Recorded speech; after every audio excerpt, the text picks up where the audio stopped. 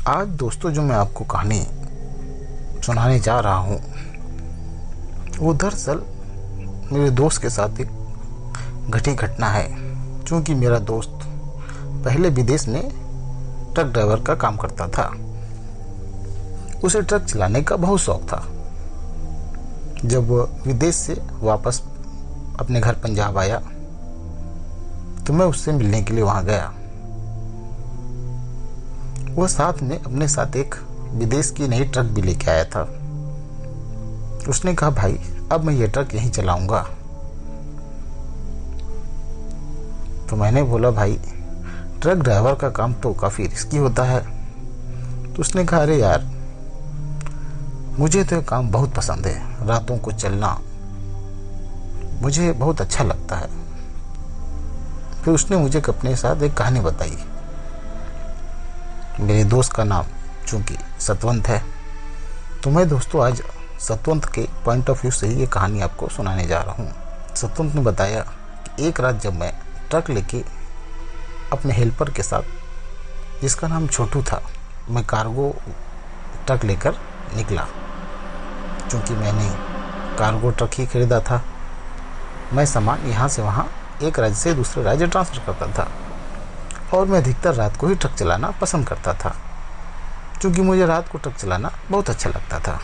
तो दोस्तों जब मैं एक रात जा रहा था तो मैंने छोटू को कहा कि छोटू कार्गो के ऊपर, ट्रक के ऊपर जाओ और जाके वहाँ आराम से लेट जाओ, और यदि कुछ पीछे परेशानी हो तो मुझे मिरर की ओर टार्च से इशारा करना।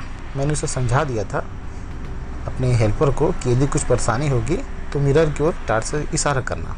तो छोटू ट्रक के ऊपर चढ़ गया और जाके आराम से वहाँ बैठ गया और मैं ट्रक अपनी स्पीड में चलाने लगा।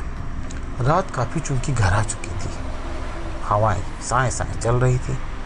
तभी अचानक मेरी नज़र ट्रक के मिरर पर पड़ी तो मुझे लगा कि मेरा हेल्पर छोटू ने उस मिरर पर टार्च मारी है।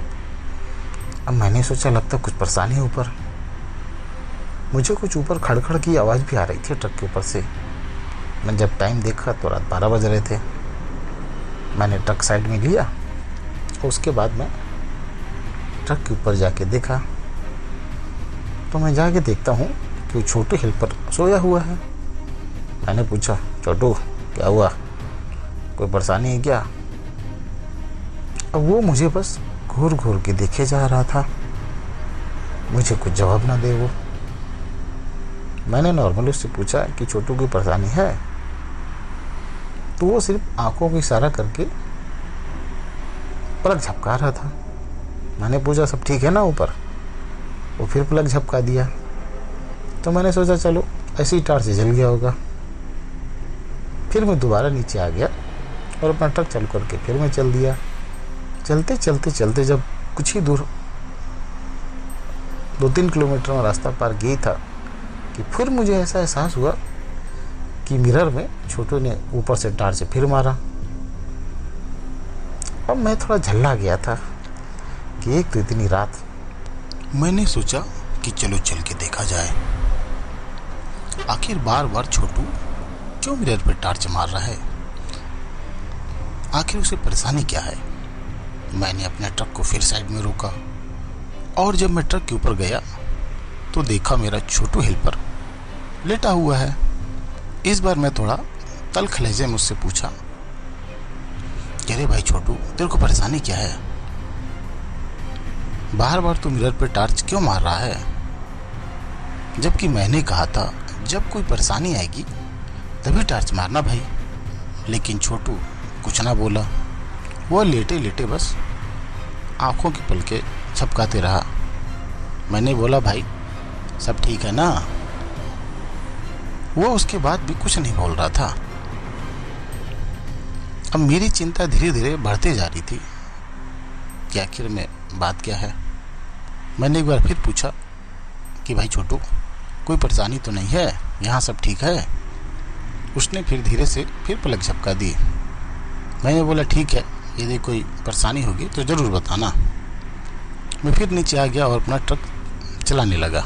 जब मैं फिर 2-4 किलोमीटर अपना ट्रक लेके आगे बढ़ी था तभी मुझे एक रोड किनारे एक बूढ़े बाबा दूर से दिखाई दिए। वह मेरे ट्रक को रोकने का हाथ मार रहे थे। मेरे मन में ऐसे पहले विचार आया कि रात को इस सुनसान जंगल में ट्रक रोकूं कि नहीं, लेकिन फिर मैंने सोचा कि हो सकता है कोई बुजुर्ग छूट गया हो या इन्हें कहीं जाना हो, तो मैंने ट्रक को ब्रेक लगा दिया। वह बूढ़े बाबा पूरे कंबल ओढ़े हुए थे। मैंने कहा, बाबा कहाँ जाना है? उन्होंने कुछ नहीं कहा। तो मैंने कहा, बाबा आओ बैठ जाओ, मैं आपको छोड़ देता हूँ। वह चुपचाप मेरे ट्रक के ऊपर आकर बैठ गए। अब फिर थोड़ी देर बाद मैंने सोचा कि जाके अब मैं छोटू को भी बोल देता हूँ कि नीचे आ जा भाई। फिर मैं ट्रक के ऊपर गया और अपने हेल्पर छोटू को बोला कि भाई चलो तू भी ट्रक में बैठ जा, अब बाहर बहुत हवाएं चल रही हैं, जंगल का रास्ता भी शुरू हो गया है। फिर मैं छोटू को उठाकर जैसे तैसे करके ले आया। छोटू भी कुछ नहीं बोल रहा था और लाके मेरे साथ ट्रक के केबिन में बैठ गया। अब मैंने फिर ट्रक अपना चालू कर दिया। वैसे चूंकि मेरी आदत किसी नए बंदे से बात करने की उतनी होती नहीं थी, लेकिन चूंकि बाबा रास्ते में मिले थे और गुमसुम बैठे थे, तो मैंने ट्रक चलाते चलाते ऐसे उनसे पूछ लिया कि बाबा कहाँ जाना है, कहाँ रहते हो, क्या तुम्हें यहाँ कोई छोड़ गया? ऐसे 2-3 सवाल मैंने उनसे नॉर्मली पूछ लिए। अब बाबा चूंकि कंबल ओढ़े हुए कुछ जवाब ना दे रहे हैं, तो मुझे थोड़ा बड़ा अटपटा लगा कि बाबा ने कुछ जवाब नहीं दी मेरी बात का। लेकिन ठीक है, फिर मैंने अपना ट्रक चलाते रहा। कुछ समय बाद मेरे को बड़ा अजीब महसूस हो रहा था। बाबा के पास से ही बड़ी अजीब अजीब स्मेल मुझे आ रही थी। और छोटू को जब मैंने देखा, वो भी ऐसे गुमसुम बैठा था। मेरी ट्रक रात के अंधेरे को चीरती हुई फुल स्पीड में मैं ट्रक चला रहा था। तभी बाबा ने बोला कि बेटा, क्या तुम भटकती आत्माओं पर विश्वास करते हो? प्रश्न सुनकर मैं थोड़ा घबरा गया, क्योंकि रात के 2 बज रहे थे जब मैंने अपने घड़ी में टाइम देखा। फिर मैंने बोला, बाबा ये कैसा आपका प्रश्न हुआ? बाबा ये सब पे बात पे मैं विश्वास नहीं करता हूँ, क्योंकि मैं तो रोज़ ट्रक चलाता हूँ, मुझे तो ऐसे कोई आत्मा उत्मा नहीं दिखती है। और फिर मैं अपने ट्रक चलाने में मशगूल हो गया। थोड़ी देर बाद मैं देखता हूँ, बाबा ने कहा, बेटा आत्माएं तो होती हैं। कभी कोई बुजुर्ग रोड पार कर रहा हो, या फिर यदि किसी व्यक्ति की अचानक उस दुर्घटना में मृत्यु हो जाए, तो उसकी तो आत्मा बेटा भटकेगी ही ना। अब मुझे बाबा की बात को बड़ा सुनकर अजीब लगने लगा कि बाबा एक तो मेरे ट्रक में बैठे हैं और ये क्या क्या बोल रहे हैं। मैंने बोला, बाबा मैंने तो आज तक अपने ट्रक से किसी को नहीं मारा है, और ऊपर वाले की कृपा है कि मैं गाड़ी बढ़िया चला लेता हूँ। कुछ देर बाद जब मैं देखता हूँ तो बाबा गायब थे। अब मेरा पूरे शरीर से पसीने निकलने लगे देखकर कि मेरी ट्रक तो फुल स्पीड में चल रही है और मैंने तो गाड़ी रोकी नहीं है। तो बाबा गए कहाँ? फिर मैं अपने छोटे हेल्पर को हिलाया। मुझे ऐसा लगा कि वो किसी नींद से जागा हो। बोला, अरे उस्ताद क्या हुआ? मैंने बोला, अरे मैं तेरे को जब से बुला रहा हूँ तो सुन ही नहीं रहा है। अच्छा, तेरे बीच में बाबा बैठा तो पता कहाँ गए? उस्ताद, कौन बाबा? मैंने तो किसी को नहीं देखा। तो बोला, अरे तूने नहीं देखा? तेरे सामने तो बैठाया था मैं बीच में। बोला, उस्ताद मैंने नहीं देखा। अब मेरे को पहले की अपेक्षा छोटू थोड़ा नॉर्मल लग रहा था। तभी मैं क्या देखता हूँ, कुछ दूर जाने पर वही बाबा रोड के किनारे खड़े होकर फिर मेरे ट्रक को रोकने का इशारा कर रहे हैं। मैं ये देखकर मैं एकदम शॉक हो गया कि ये बाबा यहाँ बैठे थे, फिर वो बाहर कैसे पहुँच गए, और वो भी इतने किलोमीटर दूर आगे। क्योंकि जब बाबा वहाँ से गायब हुए थे मेरे ट्रक से, तो उसके आधे घंटे बाद वो फिर मेरे को दिखे रोड के किनारे। हेल्पर छोटे ने कहा कि उस्ताद एक बात बोलूं, इतनी सुनसान में हमें ट्रक नहीं रोकना चाहिए। वो बाबा कौन है क्या है हमें नहीं पता, लेकिन उस्ताद मेरी बात मानो, तेरे ट्रक यहाँ मत रोको।